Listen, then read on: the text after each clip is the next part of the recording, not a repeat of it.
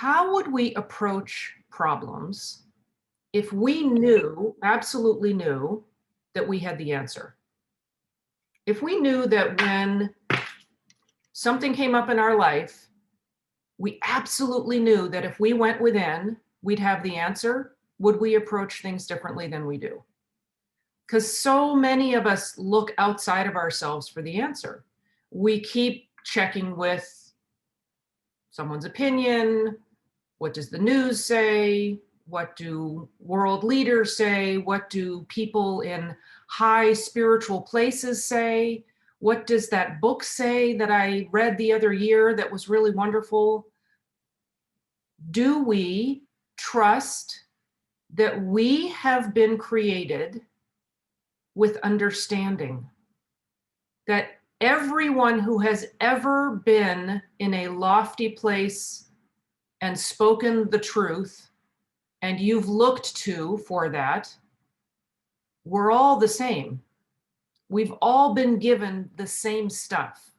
We've all been given the same understanding. We all know the same truth. So do you approach problems by looking outside of yourself and seeing where the answer is out there? Or do you trust that the answer is within?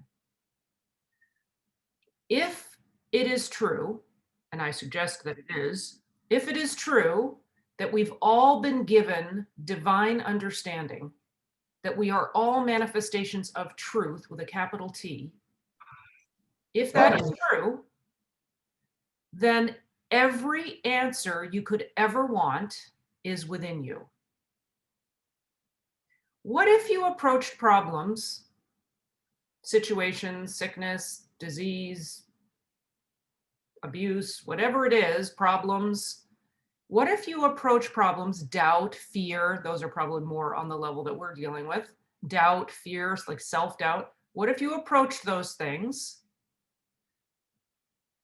and saw yourself as the answer? Saw yourself, saw that the divine within you, by seeing yourself, I'm saying seeing the divine that is within you, seeing God as the answer. Act as though you know the answer. Just pretend for a moment. I've been given all the answers. Okay, so I'm going to go within and I'm going to listen for the answer. What if you just pretend? What if you just go, okay, I'm going to just accept that on face value, not going to question it, just for the moment, I'm going to accept the fact that all the answers are within me. Would you trust your intuition more if you started with that premise? If you started with the understanding that you've been given, what does the Bible say? You have an unction from the Holy One, right? An unction. You've been blessed with that holy oil. You have an unction from the Holy One, and ye know all things. That's what it says. You have an unction from the Holy One, and you know all things. Accept that. Now face the problem. Do you do it differently? Yeah, you do.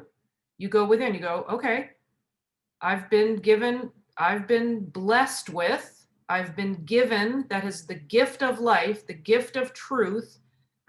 I've been given all understanding. I know all things.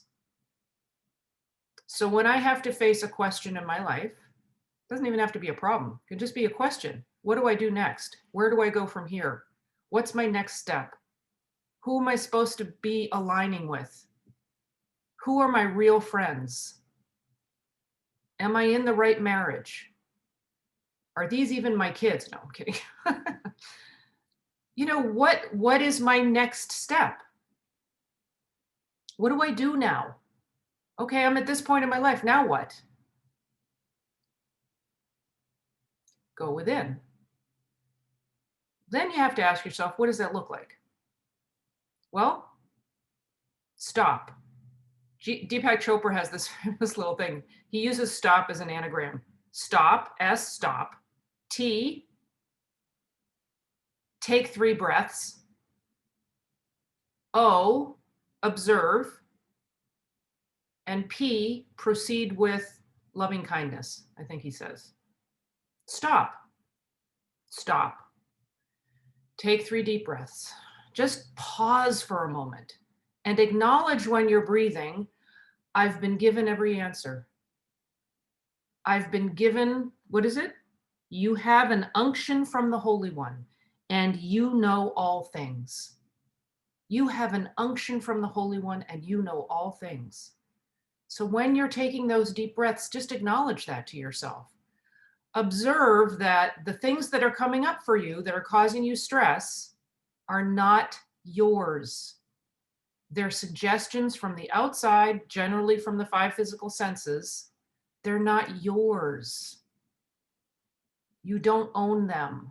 They're not for you to put in your backpack. And then proceed from the standpoint of knowing and understanding what is right and what your next step should be by listening and following. If you acknowledge that you know all things, you're going to trust the intuition that comes to you. And if the intuition that comes to you is, it's 4 a.m. and you're stressing out, and the intuition that comes to you is, go back to bed and get some rest. Well, that doesn't answer my big question. Go back to bed and get some rest. Because that's the answer you need in this moment. And when you need the big answer, or what you perceive as a big answer, you'll know. So you have to trust. I mean, yes, there is a little element of trust in all of this, but you've been given the unction of the Holy Spirit and you know all things. We have to insist that that is the fact.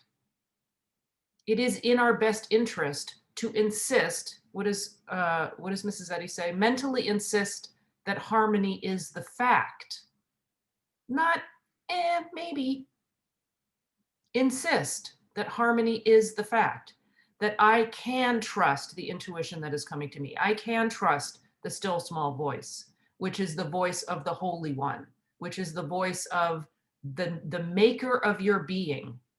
Built into that is holiness, is divinity, is the all-knowing. Insist that you are aware of that when you stop, the observe part of that, awareness, observe, oh, that is who I am. Don't doubt who you are. Mentally insist as to who you are. Mentally insist that harmony is the fact. Mentally insist that you know all things because you are made of the divine.